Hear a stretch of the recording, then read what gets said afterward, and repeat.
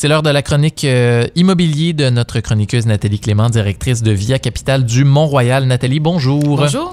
Nathalie, ça faisait longtemps qu'on n'avait pas parlé de ça ensemble, mais là, on revient sur la fameuse opposition ville et banlieue. Il y a des nouveaux chiffres qui sont sortis dernièrement. Ça fait le sujet d'un article dans le magazine Les Affaires, entre autres. Tu as voulu revenir là-dessus parce que toi, tu es sur le terrain, tu vois ça vraiment au quotidien. Qu'est-ce que les jeunes familles, notamment les jeunes, veulent choisir comme lieu de vie, là? Oui, il y a un article la semaine dernière de Olivier Schnouker qui s'appelle « Bye bye banlieue ».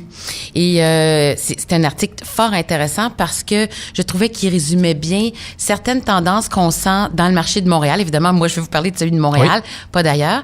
Et parfois, on peut pas mettre le doigt dessus exactement. On sait pas pourquoi, mais il y a, lui, il s'est penché sur une étude qui a été faite aux États-Unis et qui s'appelle Bright Minds, Big Rent.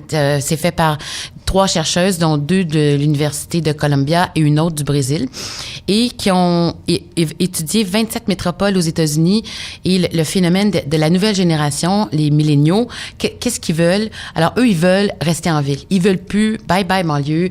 Ils veulent plus passer de temps à transiter entre leur lieu de travail et la maison. Oh, c'est la principale raison. C'est ce qu'on voit dans la plupart des études. C'est au-delà de la maison, de la cause du cadre de vie, c'est le temps de transport. Absolument. Puis ce que j'ai trouvé bien intéressant dans les raisons pour lesquelles ils veulent habiter au centre-ville, c'est que bon, évidemment, le gaspillage de temps, 20% du temps passé à transiter dans notre vie, c'est énorme. C'est énorme. C'est énorme. 20%. Moi, quand j'entends des gens qui font 1 heure ou 1h15 matin et soir pour aller travailler puis revenir à la maison, alors que j'habite exactement à 2 minutes à pied ou 5 minutes de mon travail, je me demande toujours, mais mon Dieu, c'est effrayant. Et tu dis 1 heure, 1h15, mais pour certains, c'est plus. Là. Pour certains, c'est plus. Puis sans compter les bouchons et tout ça. Autre raison, l'argent, 121 milliards de dollars aux États-Unis, ou en temps et en essence. Donc, c'est des raisons aussi qui sont financières et psychologiques. Ça, j'ai beaucoup aimé ça. Pour la première fois, il y a une étude qui met le doigt sur le bobo, si je puis dire. C'est que au niveau psychologique, ça diminue la joie de vivre des gens.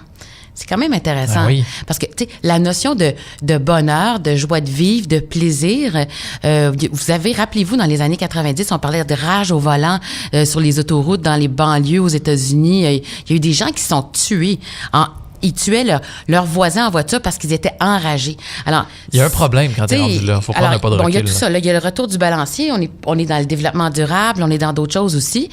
Tout ça influence ce mouvement-là. Mais je pense que c'est tout à fait vrai. Et je me demande si ces enfants-là, cette génération-là, a pas été comme un peu victime, justement, de leurs parents qui arrivaient fatigués, tannés, de mauvaise humeur, peut-être, enfin. La notion de joie de vivre pour la jeune génération est importante. Et dans l'étude qu'ils ont fait, écoutez, je peux pas exactement expliquer comment ils sont arrivés à ça, mais ils disent que les jeunes qui ont des emplois à moins de 5 km de chez eux ont vu leur revenu augmenter de 80%. Donc, ils ont des meilleurs jobs. Ça, sous toute réserve, c'est ce que l'étude révèle. C'est majeur, hein? Donc, ça veut dire que si vous habitez proche de votre lieu de travail, peut-être vous avez des promotions, peut-être c'est un type de personnalité, je ne sais pas comment ils sont arrivés à ce résultat-là, ou un meilleur moral, enfin, ou des gens plus arrivistes, plus d'ambition, mais quand même, c'est quand même pas à négliger, là. Et toi, tu vois tout ça sur le terrain du jour au lendemain. Évidemment, j'imagine que tu fais affaire avec beaucoup de premiers acheteurs, de premiers acheteurs. Au-delà de ces raisons-là, as-tu effectivement l'impression que on ne cherche pas, là c'est ce que ça vient confirmer, mais on ne cherche pas la même chose que ce qu'on cherchait il y a 10, 15, 20 ans. J'imagine que quand on dit qu'à cette époque-là, ça allait un peu de soi de vouloir idéalement une cour, puis un garage double, puis avoir une maison. Aujourd'hui, peut-être de moins en moins. Là. Il y a de plus en plus de jeunes, c'est clair, et on les voit, qui veulent habiter dans les quartiers centraux de Montréal. C'est plus nécessairement un but en soi d'avoir un bungalow puis d'habiter en banlieue. Il y a aussi une question de budget. Alors, ce qu'on vient, tu sais, dans leur étude, quand ils disent que les gens ont des meilleurs revenus quand ils habitent plus proche de leur travail, c'est une question de budget aussi. Si on a des meilleurs emplois, on peut payer plus cher. Donc, on n'est pas obligé d'aller plus loin dans la couronne éloignée pour avoir une maison moins chère que si on habite à Montréal. Mais il y a aussi le fait que les gens sont prêts à faire le sacrifice du pied carré, si je peux dire.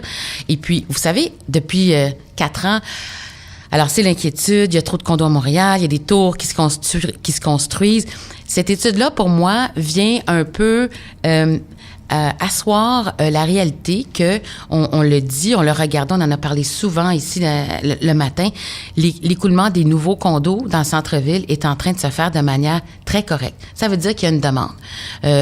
Donc, on va voir de plus en plus de gratte-ciel, on va voir de plus en plus de tours d'habitation parce que les gens veulent habiter, on appelle ça un village urbain, là, donc un condo avec autour toutes sortes de services, des parcs, des garderies, et c'est ça qu'ils sont en train de créer dans d'autres grandes villes américaines et qui va se voir ici. Et fait intéressant dans cette étude-là, c'est la première fois aux États-Unis qu'il y a une diminution du nombre de voitures. Donc, chez la jeune génération, de 2007 à 2011, ils étaient 73% des jeunes à avoir des voitures et maintenant, c'est 66%. Donc ça... c'est une baisse quand même substantielle. Et ça, c'est beaucoup. Et c'est un signe aussi que les gens veulent habiter en ville et puis ils veulent habiter près de leur travail, puis ils veulent aller à pied, en vélo. Bref, ils ont moins besoin de l'auto qu'avant. Et c'est la même chose. Les chiffres se ressemblent aussi pour ceux qui ont même un permis de conduire. Avant, on disait que dans les années 60-70, c'était comme...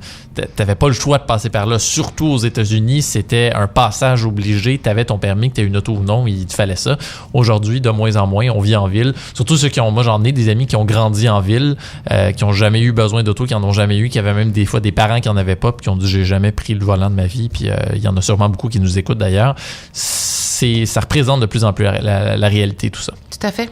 Ben, c'est intéressant, effectivement, comme chiffre, comme mise à jour. On va continuer de voir la situation évoluer au courant des prochaines années. Mais comme tu dis, effectivement, il y a beaucoup de condos qui se construisent à Montréal, mais ils trouvent preneurs.